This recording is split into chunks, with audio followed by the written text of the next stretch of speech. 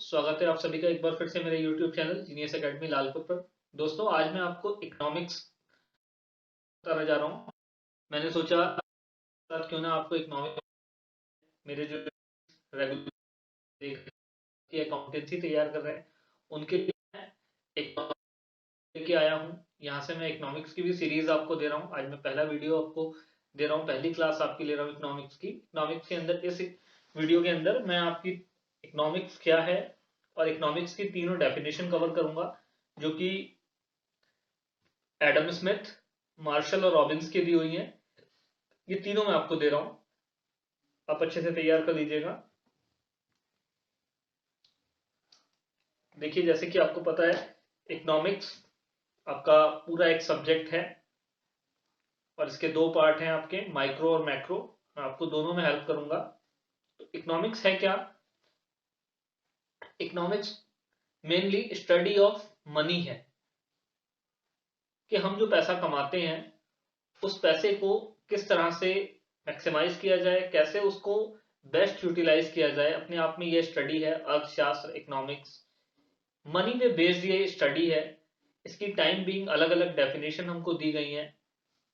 जैसे पहली डेफिनेशन हम जो पढ़ते हैं वो एडम स्मिथ की पढ़ते हैं। इन्होंने, एडम स्मिथ ने इकोनॉमिक्स को स्टडी ऑफ वेल्थ कहा, कि ये कुछ नहीं है, बस कैसे ज्यादा से ज्यादा पैसा कमाया जाए, कैसे ज्यादा से ज्यादा अमीर बना जाए, इस चीज की जो स्टडी है वो इकोनॉमिक्स है। अब इन्होंने ऐसा क्यों कहा? क्योंकि इन्होंने अपने समय में ये देखा कि एक देश दूसरे देश पे हजारों हजारों किलोमीटर की जो है यात्रा करके हमला कर रहा है। उस समय के जो हालात थे वो कुछ इसी तरह के थे कि बस ज्यादा से ज्यादा अपना प्रोग्रेस करो, ज्यादा से ज्यादा अपना एरिया बढ़ाओ, ज्यादा से ज्यादा रिच हो जाओ।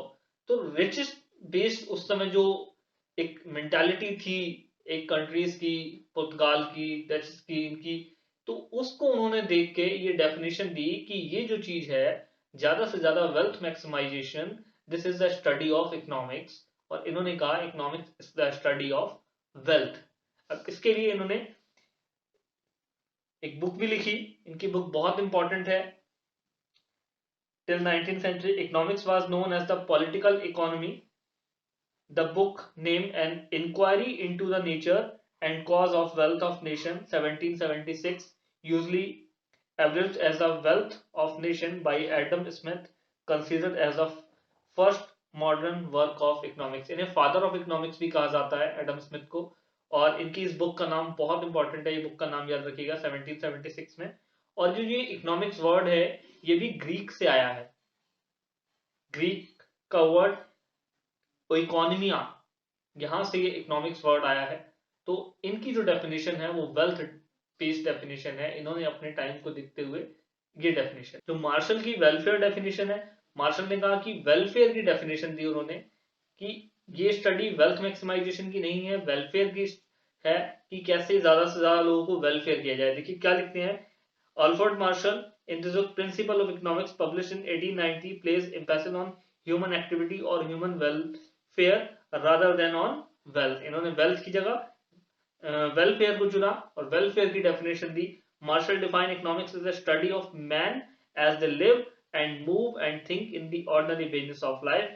He argued that economics on one side is a study of wealth and on the other is a study of man.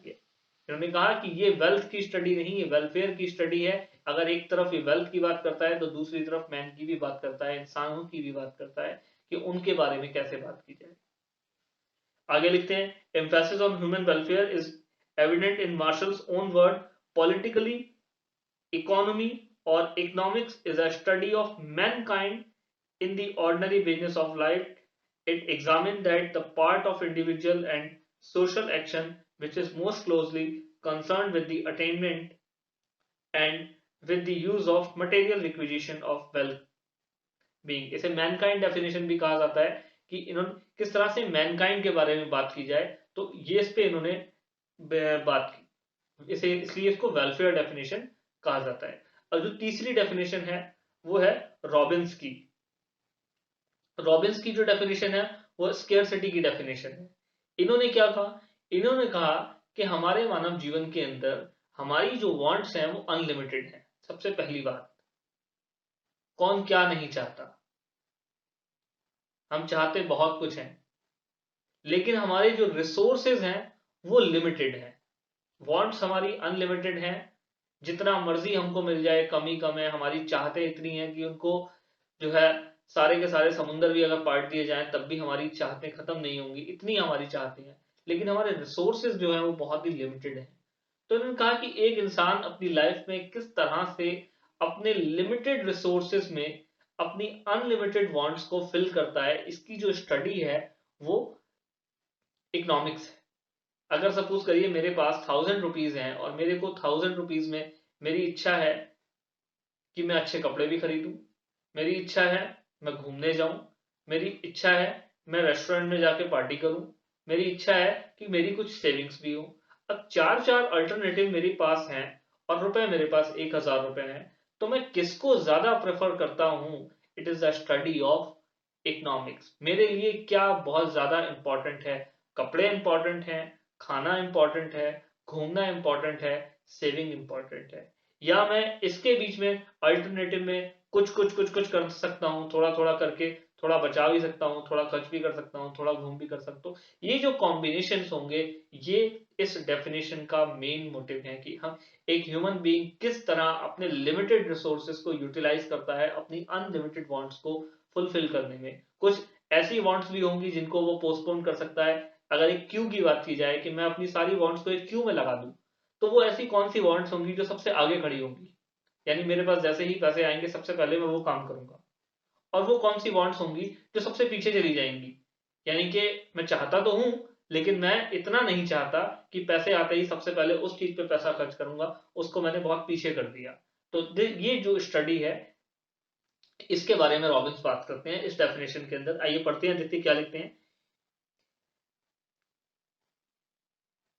Robbins' scarcity definition says that the most accepted definition of economics was given by the Lord Robbins in 1932 in his book An Easy on the Nature, an essay on the nature and significance of economic science. According to Robbins, neither wealth nor human welfare should be considered as a subject matter of economics. कहते हैं ना ही welfare की बात हो रही है ना wealth की बात हो रही है इकोनॉमिक्स के अंदर।